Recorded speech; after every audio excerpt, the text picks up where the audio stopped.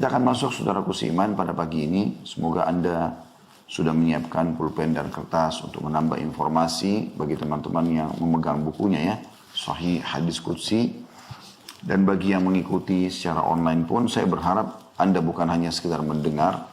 Karena dalam menuntut ilmu itu sangat sempurna kalau kita menggabungkan antara mata yang melihat, telinga yang mendengar, ya kemudian juga lisan yang mengulangi, maksudnya menghafal, dan tangan yang menulisnya.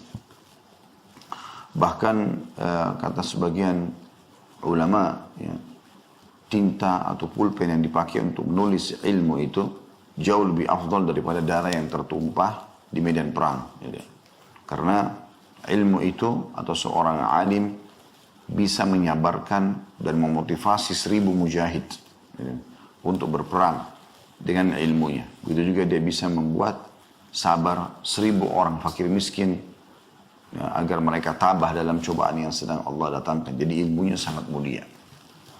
Baik, kita akan masuk insya Allah di halaman 129, tepatnya urutan hadisnya 115. Di sebelahnya ada titik 2, sahih.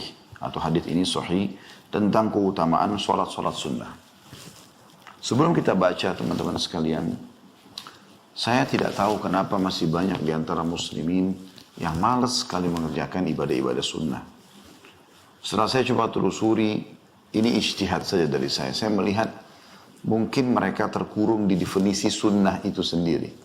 Mereka menganggap sunnah secara fikih adalah, walaupun itu memang dipilih oleh ulama definisinya, mengerjakannya dapat pahala, meninggalkannya tidak berdosa.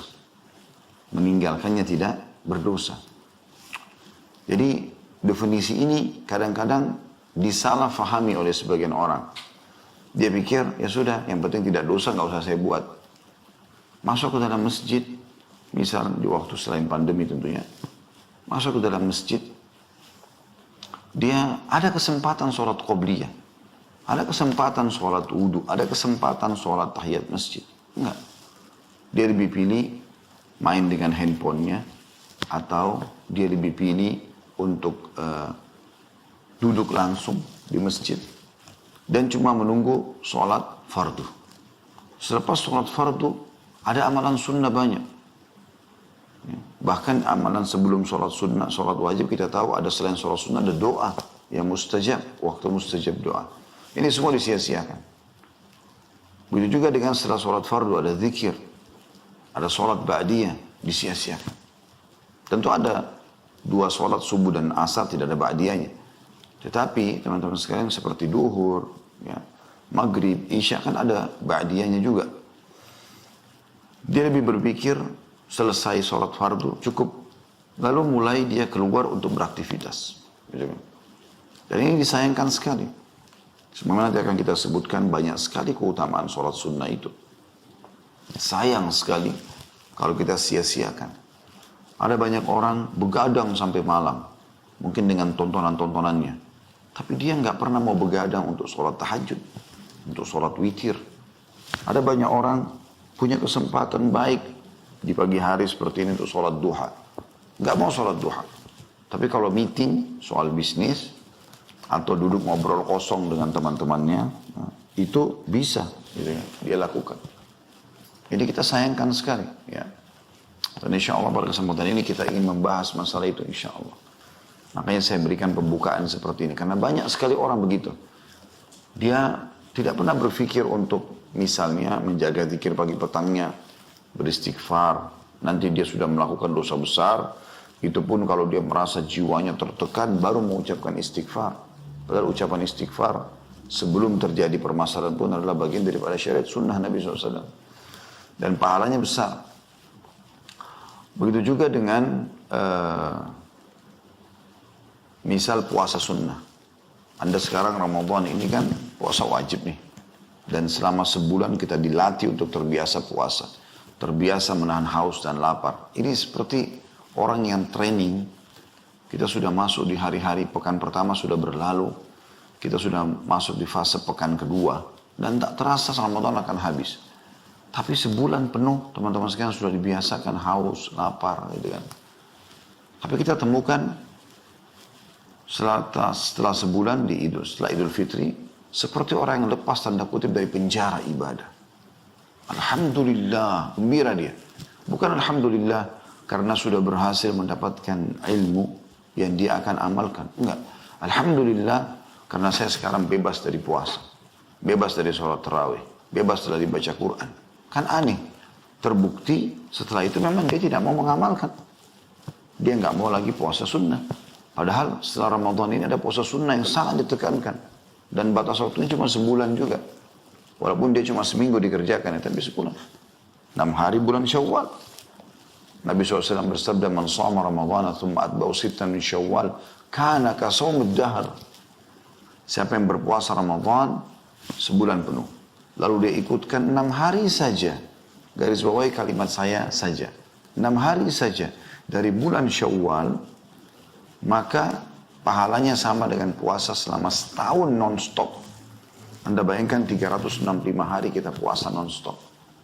Kan panjang itu.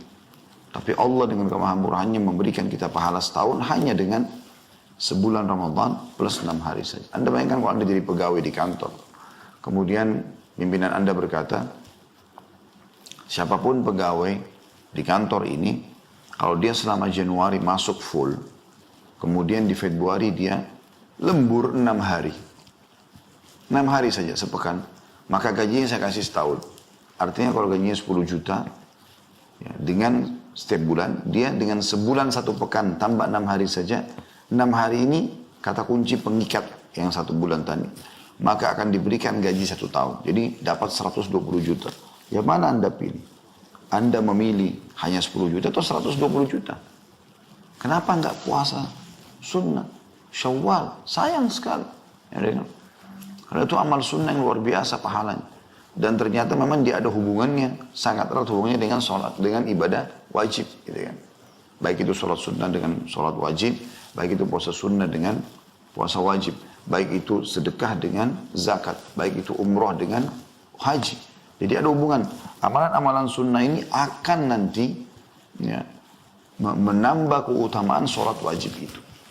Jadi tentu ini kita bisa tarik dalam semua jenis ibadah ya. Tetapi yang jadi kata kunci di sini, kenapa teman-teman sekalian kita masih malas dan banyak menunda ibadah-ibadah sunnah. Bahkan ada level lebih tinggi daripada itu, yaitu mendahulukan yang afdal daripada mufaddal. Mendahulukan yang afdal daripada mufaddal. Maksudnya apa? Jadi misal sholat duha 2 rakaat, bagus, keutamanya besar. Kita boleh bertanya, ada nggak yang lebih afdal, lebih baik, lebih besar pahalanya? Maka pasti ulama akan menjawab, ada. Anda sholat 4 rakaat. Lalu kalau kita sudah 4 rakaat, kita bisa bertanya lagi, ada nggak yang lebih afdal? Atau ulama pasti akan jawab, ada, 8 rakaat. Terus sampai 12 rakaat. Setelah itu pun Anda sudah maksimal mengerjakan 12 rakaat. Maka kalau Anda tanya, ada nggak yang lebih afdal? Ulama akan menjawab, ada. Yaitu kau beristiqamah menjaganya. 12 rakaat terus selama hidupmu. Maka kita di sini level yang sangat tinggi dalam hal ibadah sunnah ini, yaitu Anda selalu mengejar yang paling afdal dan istiqamah dalam mengerjakannya. Puasa Senin Kamis kita terima sebagai ibadah, di mana Nabi SAW bersabda misalnya, ya, waktu ditanya kenapa Anda puasa Senin dan Kamis ya Rasulullah, kata Nabi SAW, pada 2 hari ini pintu langit dibuka dan amal-amal soleh, amal-amal soleh dilaporkan ke langit. Maka aku ingin pada saat lagi dilaporkan, aku sedang berpuasa. Nah itu adalah amal yang paling Allah cintai, paling besar pahalanya. Kan gitu. Nah seperti itulah. Jadi teman-teman sekalian, saya ingin berbagi poin penting dalam masalah ini sebelum kita memulai membaca hadisnya. Ketahuilah amal sunnah itu bukan hal yang hanya untuk dikenang. Tetapi Nabi SAW sampaikan untuk dikerjakan. Terbukti, karena difahami, sebagaimana saya kata-kata untuk dikerjakan, Nabi SAW praktekkan, para sahabat berlumba-lumba mengerjakannya. Berlumba-lumba mengerjakannya. Mereka berlumba-lumba membaca Al-Quran, berlumba-lumba berzikir, berlumba-lumba berjihad, berlumba-lumba bersedekah, berlumba-lumba. Dan Allah mengatakan dalam Al-Quran, وَفِي ذَلِكَ فَلْيَتَنَافَسِ الْمُتَنَافِسُونَ. Dan pada saat itulah ya, orang-orang wajar, pada amal-amal inilah orang-orang saatnya berlumba. Berlumba-lumba di situ. Ya. Dan pertanyaan sederhana, kenapa Anda tidak kerjakan? Kesibukan apakah yang Anda lakukan? Padahal Ringan sekali sholat sunnah itu. Awalnya akan berat, karena Anda belum adaptasi. Tapi coba baca keutamaannya lalu Anda kerjakan. Lama-lama akan menjadi sebuah pola. Bahkan merasa kehilangan kalau Anda tidak mengerjakannya. Rugi. Misal umur Anda 70 tahun Allah kasih. Kemudian ada teman Anda B 70 tahun. Dia sholat sunnah, Anda tidak. Toh sama aja kan melalui 70 tahun itu kan. Sama aja. Kadang-kadang ada orang subhanallah meninggalkan sholat ba'diyah tadi, sholat qabliyah hanya karena hal-hal yang kosong. Padahal tidak akan terulang kesempatan emasnya itu. Kalau pagi ini Anda tidak sholat duha, sampai menjelang misalnya sebentar azan duhur, sudah azan duhur, maka buku amal Anda dicatat hari ini Sabtu, ya, Anda tidak memiliki sholat duha itu. Dan misal Anda setelah itu, mungkin habis asar sebentar Anda ikuti pengajaran, Anda dengarkan keutamaannya. Sholat duha itu ternyata dengan 2 rakaatnya bisa menyelamatkan 360 sendi, 4 rakaatnya bisa memenuhi hajat. Ya. Kita dalam seharian dari Allah SWT, Anda baru tahu keutamaan itu. Anda mau kerjakan, udah nggak bisa. Sholat duha tadi yang lewat tidak akan pernah bisa kita lakukan. Beda dengan dosa. Dosa kita kerjakan banyak nih. Begitu kita taubat dibersihkan sama Allah. Tapi amal saleh yang nanti akan memberikan derajat di surga, nggak bisa. Kecuali Anda kerjakan di waktu itu. Besok ada kesempatan duha lagi. Tapi hari ini yang ada lembaran amal Anda akan kosong. Kan gitu. Jadi jangan disia-siakan kesempatan emas itu. Jadi seperti Anda kerja di perusahaan, rasionalnya ya. Anda kerja di perusahaan, kemudian akan beda sekali penilaian atasan dengan orang yang semangat, yang rajin. Dia punya jam wajib kerja 8 jam sehari. Tapi ternyata dia lembur. Dia lihatkan loyalitasnya pada kantornya, pada perusahaannya. Dia lebih. Bahkan dia tidak menuntut apa-apa. Saya yakin perusahaan itu atau perusahaan akan menilai. Tidak mungkin tidak. Dia akan menilai dan dia akan memberikan balasan dengan cara dia tentunya masing-masing. Dan tidak ada yang lebih baik memberikan balasan kecuali Allah subhanahu wa ta'ala. Baik, kita akan masuk teman-teman membaca hadisnya ya. Tadi itu pembukaan supaya kita seperti punya, kalau mau perang itu kayak dibekali dengan senjata-senjata untuk ya punya untuk bisa mempertahankan diri dari gangguan-gangguan musuh. Seperti itu juga dari syaitan ya. Saya berharap itu sehingga kita kalau pelajari hadis nanti kita sudah punya perangkat untuk menepis semua godaan syaitan yang membuat kita tidak mau mengamalkannya. Hadis nomor 115 dengan sanad sahih dari Abu Hurairah radhiyallahu anhu dari Rasulullah SAW, beliau bersabda, "Awwalu ma yuhasabu bihi al-'abdu salatuhu. Fa in kana akmalaha wa illa qala Allah azza wa jalla unzuru li 'abdi min tatawwu'in fa in wujida lahu tatawwu' qala akmilu bihi al-fariidah." Artinya, perkara hamba yang paling pertama akan dihisab ialah sholat wajibnya pada hari kiamat. Jika dia telah menyempurnakannya, semuanya bagus, ya, pahalanya juga sudah ada, dalam kurung maka itulah yang diharapkan. Dan jika tidak, dia belum melengkapkan, maka Allah yang maha mulia dan maha tinggi berfirman, lihatlah sholat sunnah hambaku. Allah berfirman kepada para malaikatnya, jika didapatkan dia memiliki sholat sunnah, maka Allah berfirman, sempurnakan sholat wajib tersebut dengannya. Hadis sahih riwayatkan oleh An-Nasa'i. Baik teman-teman, sedikit kita coba lebih banyak membahas tentang hadis ini. Hadis ini teman-teman menyebutkan tentang keutamaan sholat sunnah. Keutamaan sholat sunnah. Jadi kita mungkin tidak membahas lebih global tentang masalah sholat secara umum, tapi kita membahas tentang sholat sunnah. Baik, kita coba teman-teman sekalian renungi beberapa keutamaan sholat sunnah itu sendiri. Saya akan coba di awal pembukaan melengkapkan dan membahas lengkap hadis tadi ya, karena ini oleh penulis Mustafa Al-Adawi, beliau mengambil potongan hadis sebagai saksi bahasan saja. Tapi hadis lengkapnya begini. Nabi SAW bersabda, Inna awwala ma yuhasabu an-nasu bihi yawmal qiyamah min amalihim as-salah.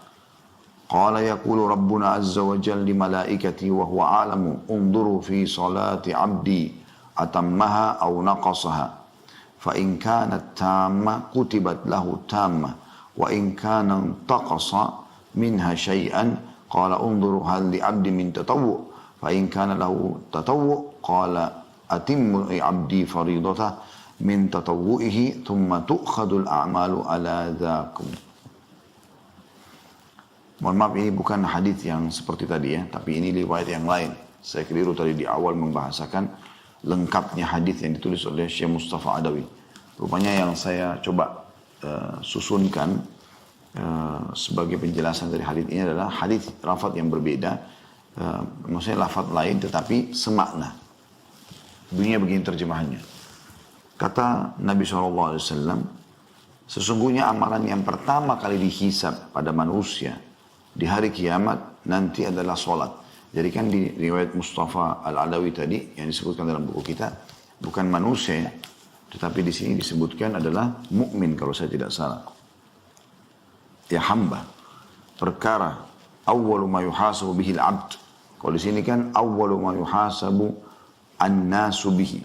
Jadi bedanya lafaz yang di buku kita yaitu awal yang dihisab dari seorang hamba pada hari kiamat, sementara ya, di lafaz yang saya bacakan sekarang yang hadis riwayat Abu Dawud, Ibnu Majah, Ahmad dan Syekh Al-Albani menyatakan hadis sahih, yaitu sungguhnya amalan yang pertama kali dihisab pada manusia di hari kiamat adalah salat. Allah Azza wa Jalla berkata atau berfirman kepada para malaikatnya, dan dia lebih tahu. Sebenarnya Allah tanpa bertanya, tanpa bicara pun ya, Allah sudah tahu.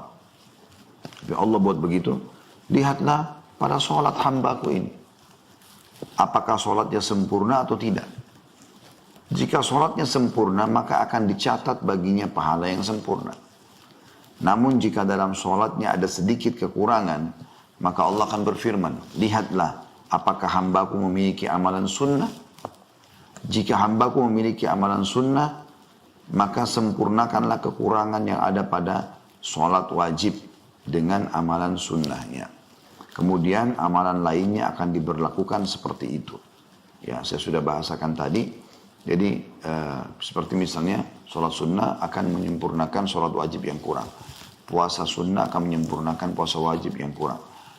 Sedekah akan menyempurnakan zakat yang kurang. Umroh akan menyempurnakan haji yang kurang. Jadi amalan sunnah ini luar biasa manfaatnya.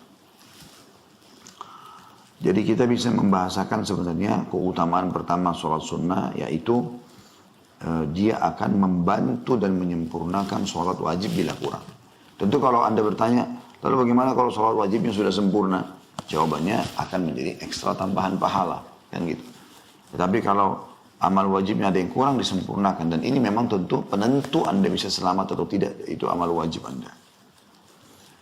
Tentu keutamaan yang lain adalah bisa terhapuskan dosa dan juga ditinggikan derajat.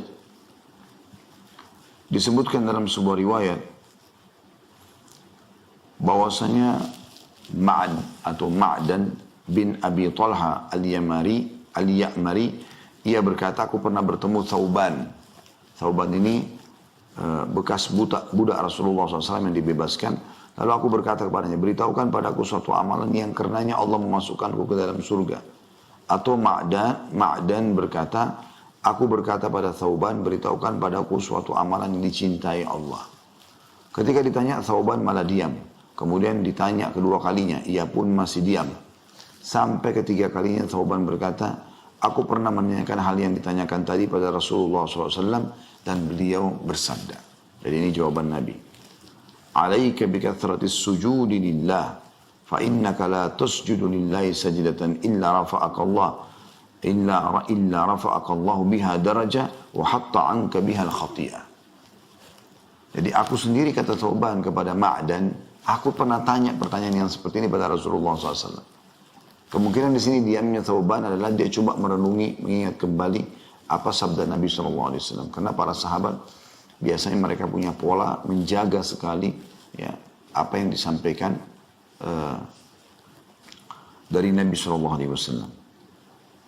Kemudian beliau teringat dan beliau mengatakan, Aku pernah menanyakan kepada Nabi SAW dan Nabi mengatakan kepadaku, hendaklah engkau memperbanyak sujud atau sholat kepada Allah.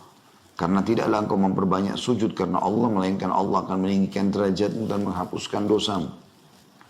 Lalu Ma'dan juga berkata, aku pun bertemu dengan Abu Darda dan bertanya hal yang sama. Lalu sahabat Abu Darda juga menjawab sebagaimana dijawab oleh Thauban kepadaku. Hadis sahih riwayat Imam Muslim.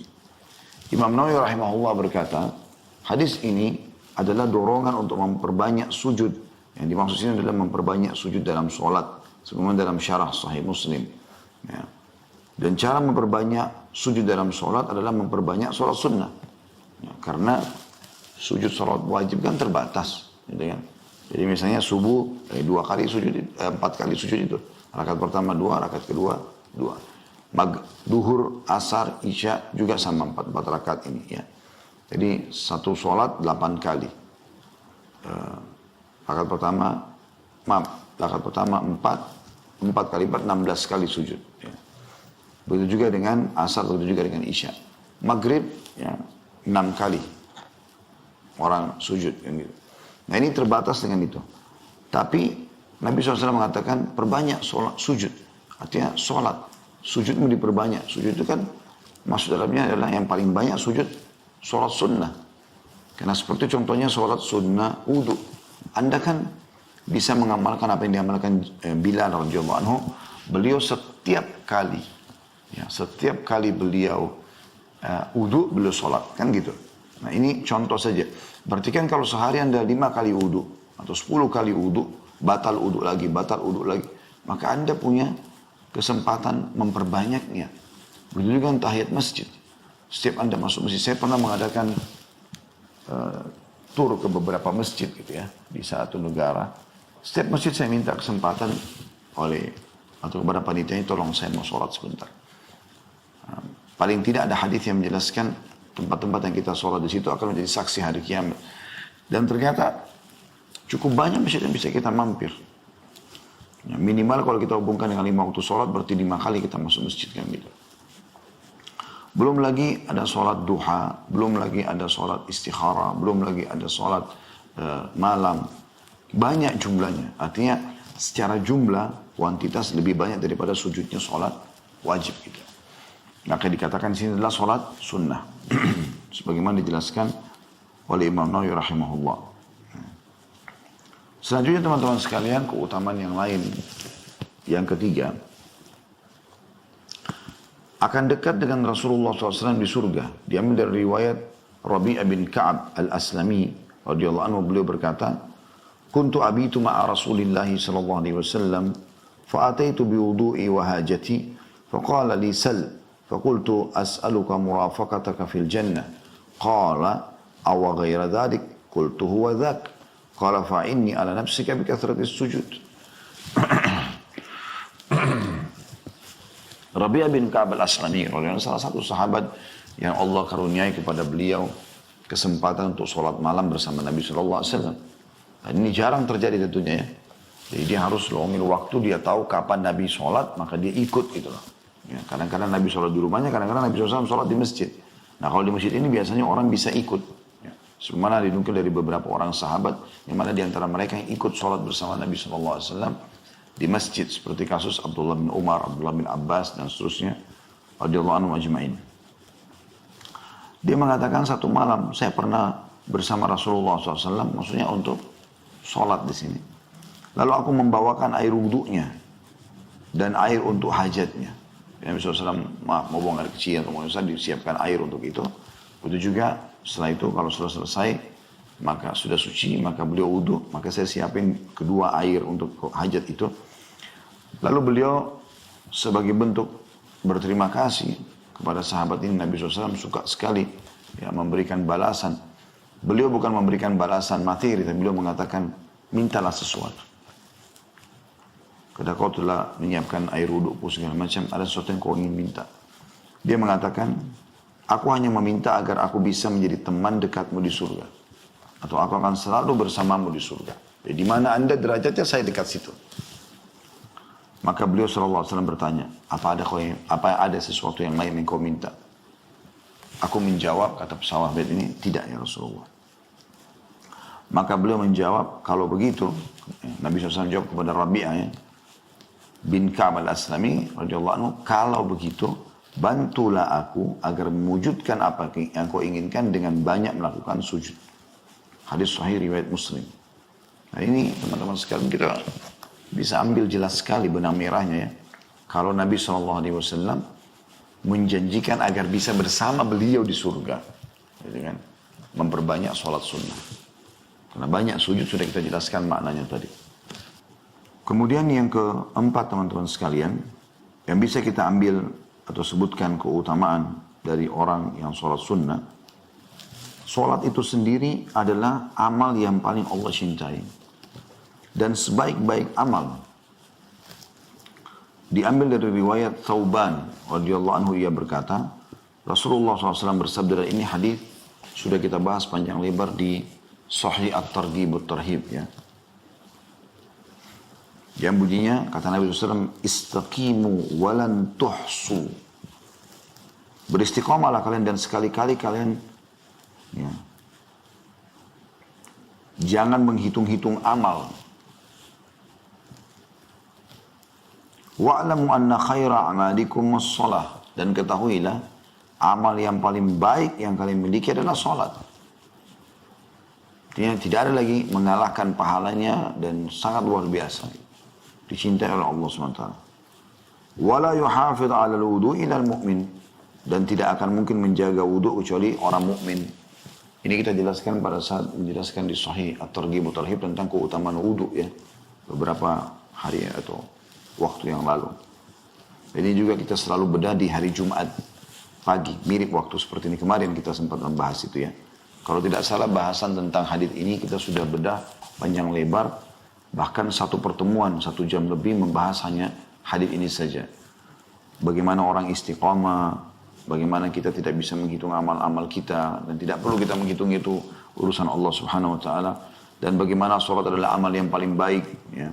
Dan juga wudu tidak mungkin selalu dijaga, batal wudu lagi kecuali orang beriman. Hadis ini sahih diriwayatkan Ibnu Majah dan juga Ahmad. Teman-teman sekalian, orang-orang yang suka menjaga amalan-amalan sunnah ini ya, akan dicintai oleh Allah Subhanahu Wa Taala. Dan kalau dicintai oleh Allah Subhanahu Wa Taala berarti dia akan menjadi wali Allah, orang-orang yang dekat dengan Allah Subhanahu Wa Taala. Ya. Dan ini Allah sebutkan tentang mereka di dalam surah Yunus ayat 62 sampai 63 yang bunyinya a'udzubillahi minasyaitonirrajim, ala inna awliya Allahi la khaufun 'alaihim wa lahum yahzanun alladzina amanu wa kanu yattaqun. Ingatlah sungguhnya wali-wali Allah itu tidak ada kekhawatiran terhadap mereka dan tidak pula mereka bersedih hati, yaitu orang-orang yang beriman dan mereka selalu bertakwa. Ya, seperti itulah.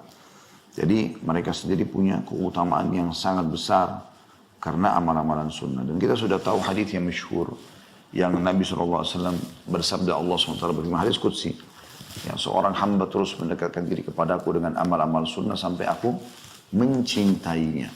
Jadi penyebab datangnya cintanya Allah SWT. Dan kalau aku sudah mencintainya, maka aku akan menjadi atau menjaga penglihatannya dia gunakan melihat, pendengaran dia gunakan mendengar, tangan dia gunakan menjamah, dan kaki dia gunakan untuk melangkah. Seperti itulah. Jadi ini teman-teman keutamaan yang sangat besar. Ya. Maka jangan disia-siakan. Dan tentu walaupun kita sedang bahas tentang sholat sunnah, tapi jangan sampai luput dari kita teman-teman sekalian semua ibadah sunnah yang lainnya. Semua ibadah sunnah yang lainnya. Ini yang kita bisa ambil pelajaran insya Allah. Yang pertama dari hadis ini, masalah keutamaan sholat sunnah. Pelajaran yang kedua yang kita bisa ambil adalah, potongan pertama hadis, awwalu ma yuhasabu bihil abdu sholatu. Jadi pada saat akan dihisab nanti hari kiamat, yang pertama dihisab adalah sholat. Dan ini bisa bermakna teman-teman sekalian, berarti memang dia amal yang paling penting. Dia amal yang paling penting, makanya dia yang pertama sekali dihisab. Dan Allah Subhanahu Wa Taala tidak ingin hambanya celaka. Allah ingin hambanya selamat. maka Allah mengedepankan amal yang paling bisa diandalkan agar hamba itu selamat. Dalam hadis lain dikatakan, dan ini sudah masyhur hadis sering kita dengar tentunya, awal amal dihisab dari seorang hamba hari kiamat adalah sholat. Kalau dia baik sholatnya, beruntunglah dia. Dan maknanya selamatlah dia. Dan kalau rusak sholatnya, maka rugi dan celakalah dia. Dan maknanya di sini adalah karena sholat adalah amal yang paling baik dan paling bisa menyelamatkan seorang hamba, maka Allah ingin menyelamatkan hambanya dengan sholat itu. Kemudian kita ambil potongan yang ketiga adalah فَإِنْ كَانَ أَكْمَلَهَا. Kalau dia menyempurnakannya, berarti memang ada sholat yang tidak disempurnakan.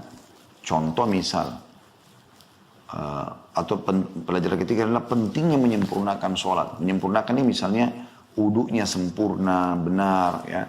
Namun tata cara bacaannya, tata cara gerakannya, ya, semuanya benar dan diikuti dengan kehusyuannya, itu namanya akmalaha, menyempurnakannya. Ya, dan ada orang mendapatkan pahala ini. Semoga Allah SWT jadikan kita termasuk dalamnya. Tidak mengkhayal pada saat sholat, ya. Tidak nyanyiakanlah, walaupun bukan wajibnya sholat, sunnahnya seperti doa iftitah, surah setelah Al-Fatihah, gitu kan. Itu kan bagian dari sunnah-sunnah sholat. Nah, tidak disia-siakan, semua dibaca sama dia. Bahkan ada sebagian orang mengamalkan jauh lebih banyak meraih pahala dengan membaca lebih dari satu macam jenis doa iftitah misalnya. Ya, seperti misalnya iftitah itu kan ada beberapa pilihan. Bisa Allah maba'id baini wa baina khataya kama ba'ata minal masyriq wal maghrib.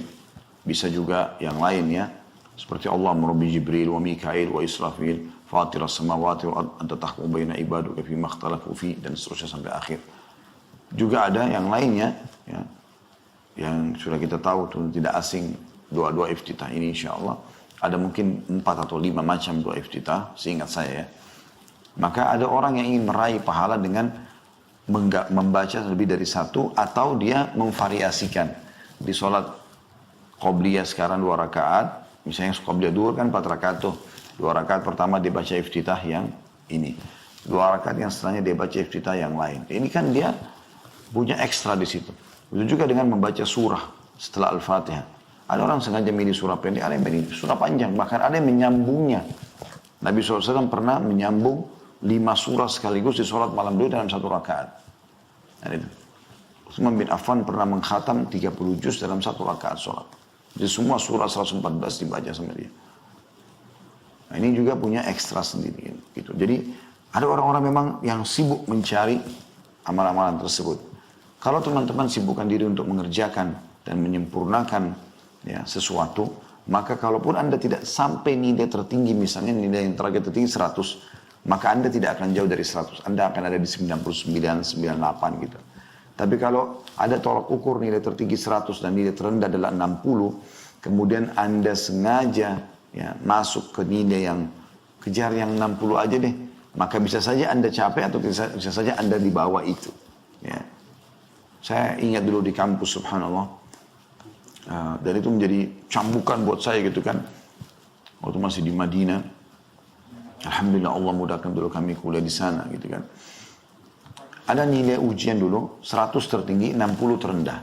Di bawah 60 berarti tidak lulus. Itu di fase kami dulu ya. Saya tidak tahu perubahan apa yang terjadi sekarang. Maka teman-teman yang terjadi adalah, saya lihat sendiri. Kalau ada teman-teman yang mumtaz istilahnya, cum laude mereka. Dan saya coba kejar bersama mereka pada saat itu kan. Ternyata kalau kita targetnya 100, nilai 100, maka nilai kita memang berkisar di situ. Bahkan tidak akan turun dari 90. 98, 99, 97. Kadang-kadang bahkan kalau di bawah 95, kita jadi bertanya-tanya, kemana ya 5 angka itu? Karena target kita 100. Tapi kalau teman-teman yang saya lihat targetnya 60, banyak di antara mereka bahkan tidak lulus. Kalaupun lulus, kayak seseorang yang pas ngepres, hampir semua 60, 62, 61. Jadi akhirnya nilainya, statusnya pun makbul, hanya bisa diterima gitu loh. Nah ini kerugian, padahal sebenarnya dia bisa kejar yang cum laude gitu. Nah ini bisa kita tarik dalam lini kehidupan kita keseharian. Jadi sebenarnya di kehidupan seharian pun bisa begitu. Ya. Kita coba kejar yang terbaik, maka kita tidak akan jauh dari yang terbaik itu. Seperti itulah. Ya, Allahu a'lam. Sama dengan kalau kita jadikan pemicu teman-teman kita yang soleh. Kalau target kita adalah mendekati dia, atau sama dengan dia, kita akan pasti dekat dengan dia. Tidak akan jauh dari dia. Gitu kan? Maka ini yang perlu dijadikan sebagai sebuah kaidah hidup tentunya. Dan dari potongan fa'in kana akmalaha. Berarti memang ada keutamaan tentang orang yang menyempurnakan setiap perintah ibadah yang Allah berikan pada dia. Kejar yang terbaik. Ya, setelah melakukan satu ibadah, tadi saya kasih contoh sholat duha misalnya 2 rakaat. Maka dia kejar yang ke-4 rakaat, dia kejar yang 8 rakaat, dia kejar yang 12 rakaat. Setelah itu pun dia masih kejar yang lebih afdal lagi, yaitu istiqomah dengan kuantitas dan kualitas yang maksimal tadi. Kemudian pelajaran yang keempat adalah potongan wa illa qala Allah azza wa jalla unzuru li 'abdi min tatawwu. Ya. Potongan wa illa qala Allah azza wa jalla. Ini atau kalau tidak lengkap sholatnya, Allah akan berfirman. Ini isbat atau penetapan sifat kalamnya Allah. Ini sudah pernah kita jelaskan panjang lebar ya.